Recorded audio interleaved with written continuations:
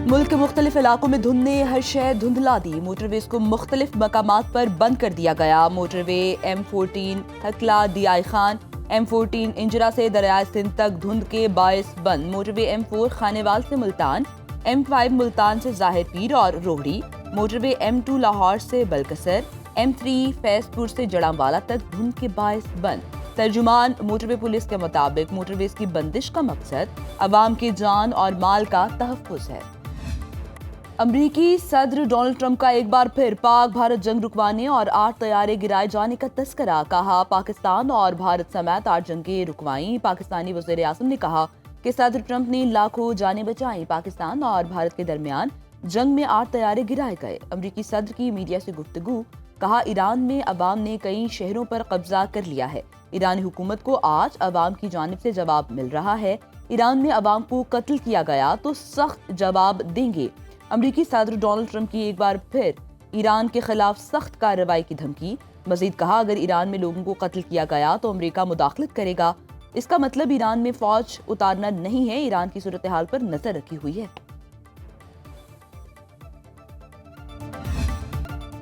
امریکہ فوری طور پر وینزویلا کے 5 کروڑ بیرل تیل کی ریفائننگ اور فروخت شروع کرے گا۔ اب تیل کمپنیاں وینزویلا کے بجائے براہ راست امریکہ سے ڈیل کریں گی۔ کاروبار فوری طور پر شروع کیا جا رہا ہے۔ وینزویلا اور امریکہ کے پاس دنیا کا 55% تیل ہے۔ امریکی تیل کمپنیوں کو مکمل سیکیورٹی کی ضمانت دی جائے گی۔ امریکی صدر کی نائب صدر اور وزیر خارجہ کے ہمراہ وائٹ ہاؤس میں امریکی تیل کمپنیوں کے اعلیٰ عہدیداروں سے اہم ملاقات۔ ڈونلڈ ٹرمپ کا کہنا تھا اگلے ہفتے تیل کمپنیوں کے ساتھ ایک اور اہم اجلاس منعقد کیا جائے گا۔ وینزویلا میں $100 ارب تک سرمایہ کاری پر غور کیا جا رہا ہے۔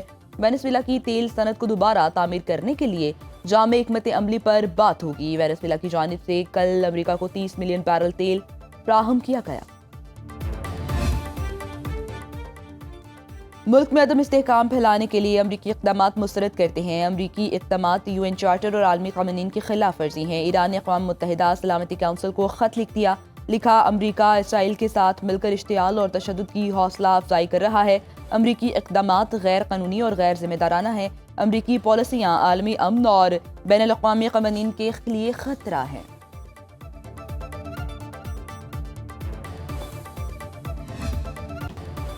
امریکہ کو گرین لینڈ کا مالک ہونا چاہیے تاکہ روس یا چین اس پر قبضہ نہ کر سکیں۔ امریکی صدر ڈونلڈ ٹرمپ کا روس اور چین کو واضح پیغام، کہا اس علاقے پر کسی کو قبضے کی اجازت نہیں دیں گے۔ فی الحال گرین لینڈ سے متعلق مختلف پہلوؤں پر غور جاری ہے اور گرین لینڈ کے لیے رقم پر ابھی بات نہیں ہو رہی۔ اس علاقے کے مالی معاملات پر فیصلہ بعد میں ہوگا۔ مزید کہا ڈنمارک پر ڈیل کرنا چاہیں گے، ہم گرین لینڈ نہیں لیں گے تو آپ کا اگلا پڑوسی روس یا چین ہوگا، ہم ان دونوں ممالک کو اپنا پڑوسی نہیں بنا سکتے۔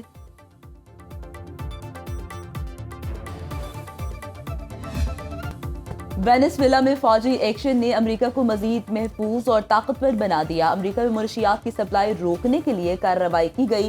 آپریشن بہترین طریقے سے انجام پایا، ہمارا کوئی جانی نقصان نہیں ہوا۔ امریکی نائب صدر JD وینس کی میڈیا سے گفتگو، کہا صدر ٹرمپ کے تمام اقدامات امریکی عوام کے مفاد میں ہیں۔ وینزویلا کے وسائل کو مارکیٹ فراہم کریں گے تاکہ ان کے عوام کو فائدہ ہو۔ وینزویلا کے عوام کا پیسہ انہی کے لیے ہوگا، قابض حکمران کے لیے نہیں۔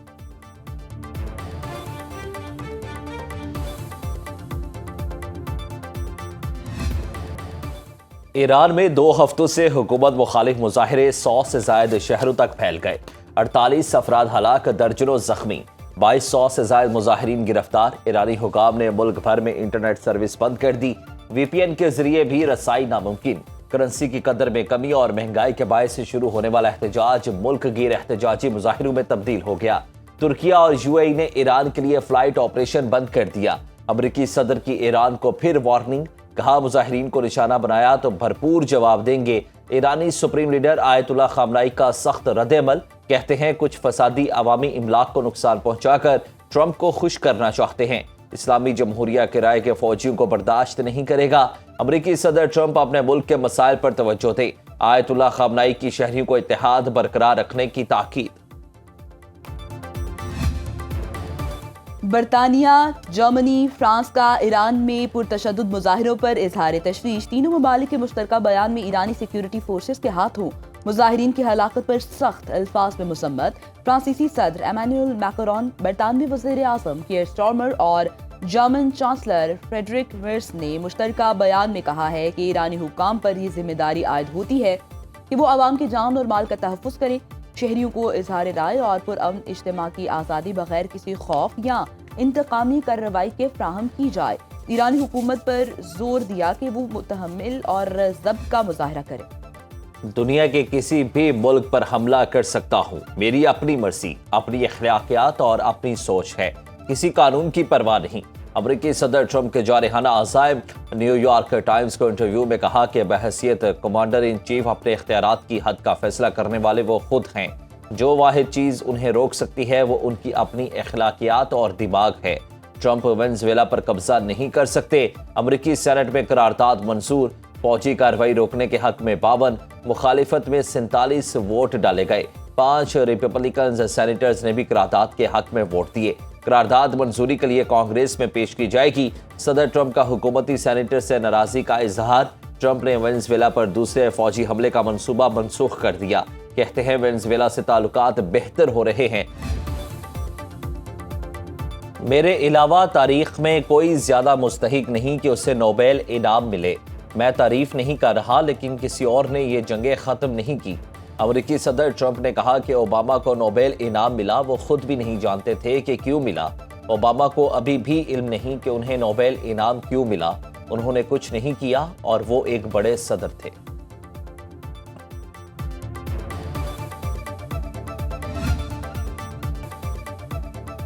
چینی، روسی اور ایرانی جنگی جہاز ایک ہفتے کی بحری مشقوں کے لیے جنوبی افریقہ پہنچ گئے۔ وینزویلا میں امریکی فوج کی مداخلت اور اس کے کئی آئل ٹینکرز قبضے میں لے کر جغرافیائی سیاسی کشیدگی عروج پر ہے۔ بحری جہاز اس بندرگاہ کے اندر اور باہر جاتے دیکھے گئے جو کیپ ٹاؤن کے جنوب میں سائمنز ٹاؤن میں جنوبی افریقہ کے اعلیٰ بحری اڈے کو سروس فراہم کرتا ہے۔ برکس گروپ کے دیگر ممالک میں برازیل، بھارت اور متحدہ عرب امارات بھی شامل ہیں جو مشقوں میں حصہ لیں گے۔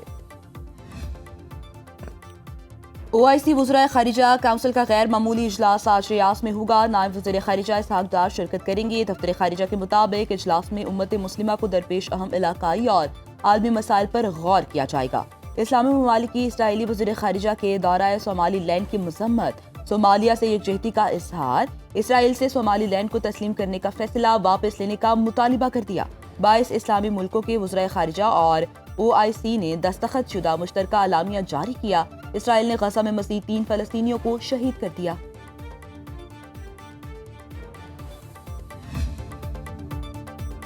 بہترین سفارتکاری سے پاکستان خطے میں مرکز نگاہ بن گیا۔ عالمی جریدے دی ڈپلومیٹ کے مطابق چین نے پاکستان کے خطے میں بڑھتے مؤثر کردار اور بہترین سفارتکاری کو بھرپور انداز میں سراہا۔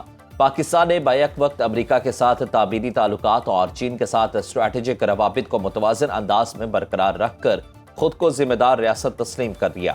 چین نے افغان حکومت پر زور دیا کہ اعتدال پسندی کا راستہ اپنائے اور پڑوسیوں کے ساتھ اچھے تعلقات رکھے۔ چین خطے اور عالمی سطح پر پاکستان کی موجودہ پالیسیوں کی بھرپور حمایت کر رہا ہے۔ حکومت ریاستی اداروں اور عوام کے قومی معاملات پر یکساں دو ٹوک موقف کی عالمی سطح پر پذیرائی ہو رہی ہے۔ پاکستان سوڈان کی فوج کو $1.50 کروڑ کا اسلحہ فروخت کرے گا۔ رائٹرز کا دعویٰ۔ رپورٹ کے مطابق معاہدے کے تحت سوڈان کو 10 کاراکورم، 8 لائٹ اٹیک طیارے، 200 سے زائد ڈرونز اور جدید فضائی دفاعی نظام فراہم کیے جانے کا امکان۔ پیکج میں تربیتی طیارے بھی شامل ہیں اور ممکن ہے JF-17 فائٹر جیٹس بھی شامل کیے جائیں، جو پاکستان اور چین نے مشترکہ طور پر تیار کیے ہیں۔ رائٹرز کے مطابق معاہدہ سوڈان کی فوج کو پیرا ملٹری ریپڈ سپورٹ فورسز کے خلاف اپنی فضائی برتری مضبوط بنانے میں مدد دے سکتا ہے، جو گزشتہ 2 سال سے جاری خانہ جنگی کا حصہ ہے۔ خسارے میں چلنے والی بجلی کے فیڈرز شمسی توانائی پر منتقل کرنے کا فیصلہ۔ دور دراز علاقوں میں بجلی کی بلا تعطل فراہمی کے لیے سولرائزیشن کی جائے گی۔ وزیر اعظم شہباز شریف کی زیر صدارت اعلیٰ سطح کے اجلاس میں اہم فیصلے۔ پشاور اور کوئٹہ کے زیادہ نقصان والے فیڈرز میں پائلٹ پروجیکٹس شروع کرنے کی ہدایت۔ منصوبے سے سستی بجلی پیدا ہوگی، خسارے پر قابو پایا جا سکے گا۔ وزیر اعظم کی زیر صدارت مجوزہ رمضان اور گزشتہ سال رمضان پیکج کی تھرڈ پارٹی ویلیڈیشن پر جائزہ اجلاس۔ رمضان پیکج کی امدادی رقوم ڈیجیٹل والیٹس کے ذریعے فراہم کرنے کی ہدایت۔ UAE کے سجوانی بزنس گروپ کے وفد کی وزیراعظم سے ملاقات۔ شہباز شریف نے کہا کہ شیخ محمد بن زائد ال نہیان کے حالیہ دورہ پاکستان نے دونوں ممالک کی شراکت داری کو مزید تقویت دی۔ وزیراعظم شہباز شریف کی زیر صدارت اجلاس میں قومی پالیسی فریم ورک کی منظوری، نجی کمپنیز اور بالخصوص نوجوانوں کی حوصلہ افزائی کی ہدایت۔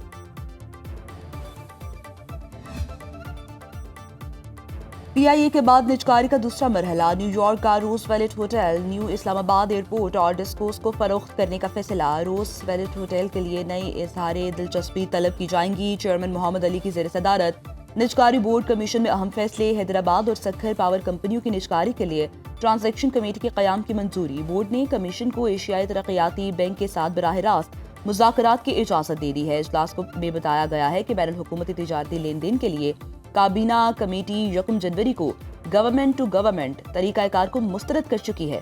بورڈ نے ایشیائی ترقیاتی بینک کو مالی مشیر مقرر کرنے کی تجویز بھی دی۔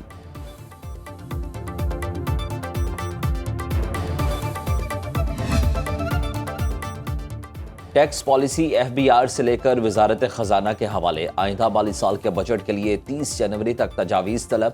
ٹیکس پالیسی آفس نے تمام صنعتی کاروباری تنظیموں اور چیمبر سے بجٹ تجاویز مانگ لی۔ مراسلے کے مطابق ٹیکس دہندگان کے لیے نظام بہتر بنایا جائے گا۔ موجودہ معاشی حالات میں ٹیکسوں، توانائی، ٹیرف اور فائنینسنگ لاگت پر نظر ثانی کی ضرورت پر زور۔ ماحولیات، تحفظ، توانائی کی لاگت میں کمی، سماجی انصاف اور روزگار پر توجہ دی جائے گی۔ آئندہ مالی سال کے بجٹ میں برآمدات، مینوفیکچرنگ اور ڈیجیٹلائزیشن کو بڑھانے کے لیے اقدامات کیے جائیں گے۔